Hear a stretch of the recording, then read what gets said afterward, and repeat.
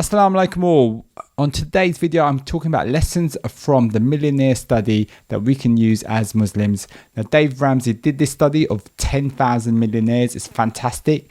And there are lessons in that we can use as Muslims. So yeah, just want to say welcome to Simple Muslim Money, which is all about simple halal investing, personal finance for a Muslim. What is the national study of millionaires? Now, this is something that was conducted in North America, but it can definitely be used elsewhere as well, like I'm in the UK, and it's on 10,000 millionaires in the US, and it's really insightful and the lessons are great, and it's run by Dave Ramsey, who I kind of really respect. I kind of sort of follow a lot of his stuff, and it basically talks about how we can these lessons that he wants to share across everyone. Dave Ramsey has like a Christian sort of background, so it's definitely stuff that's very applicable to Muslims as well. First thing is that 8 out of 10 invested in their company pension. Now, I know a lot of people think pensions, what's the point of pensions?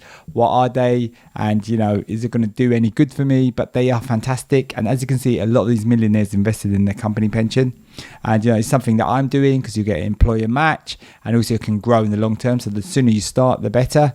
And, I know people who have kind of stopped investing in the pension. I think it's because, I don't think they realize the potential there is in having a pension. Now, 3 out of 4 carried out consistent long-term investing, which is what I'm trying to do. So I kind of invest in the Islamic index fund and I just invest regularly. It's all automated. And I'm planning to leave the money in there for as long as possible. I'm talking about 10, 15, 20 years. And also a lot of these millionaires said single stock investing was not a big factor in their kind of wealth. So, a lot of people think about, I'll just invest in Tesla or this stock or that stock. One of the problems is you need to get in at the right price. So you need to get in when the price is really low, and also you need to hold it for a long time, and it's just very hard to know.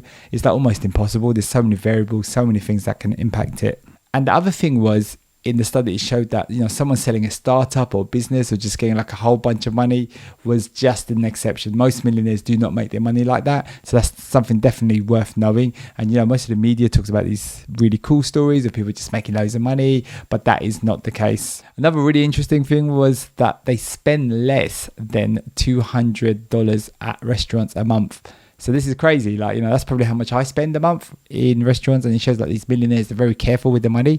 So that's a really good kind of lesson to learn. And also 93% use coupons and vouchers and things like that, which I don't even use it myself. So it kind of shows you the mindset these millionaires have, and something that I need to kind of learn about. And also 94% live on less than they make. And although this sounds very obvious, it's something that a lot of people are not aware of. Definitely I wasn't as well. I was spending money on my credit card and I had no idea that I was spending way too much money, and I was just digging myself a big hole. Which then leads me on to the next thing, which is that 3 out of 4 have never carried a credit card balance. So they've either used a credit card and paid it off straight away, or they've just never used a credit card at all. And this is something I definitely agree with. And I'm not kind of using my credit card unless I really, really need to, just because it has certain perks when you're kind of traveling and things like that. And the next thing is that millionaires are made, not born. Most of the millionaires just made their money themselves. 79% in fact, so it just kind of shows we've all got that potential to make money and build wealth. And the other kind of lesson I've taken from this is that millionaires don't earn a lot of money, but they kind of manage it better.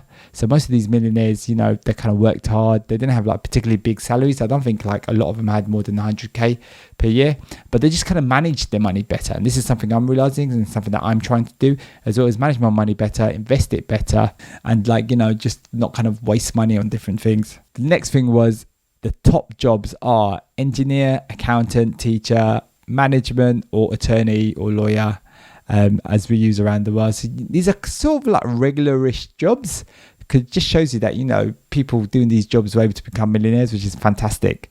Another interesting thing was that it showed that 2/3 graduated from college or university, which is the term that we use in the UK more, which is really interesting because, especially with the cost of university nowadays and college, it's very, very expensive. And I don't, and something that I'm speaking to my oldest son about, and, he's even kind of thought, is it worth going to university? And this is something that, I think maybe he might be better off going straight into a job, or ideally, get into some sort of business or something, especially at a young age. So yeah, that's something we're thinking about. So yeah, but the fact that 2/3 of these millionaires did go to college or university is really interesting. And I really love this lesson, which is that 85% use a grocery shopping list. So when they go shopping, they're not just mindlessly shopping and buying stuff from the supermarket. They're very particular. They know what they want. They're very focused in how they manage the money, which is like a fantastic lesson. I mean, I think that really kind of sums up exactly the mindset that they have. And I do believe that most people, including me as well, there's a lot of times with money, I'm just spending money and I'm just like not sure what's going on, but having a budget has kind of just helped me so much, and just kind of having a bit more of an idea of what I want to do with my money as soon as it comes in. So yeah, just want to say, if you enjoyed this video, please check out this other video where I talk about how to get a profit by just saving your money in an Islamic savings account.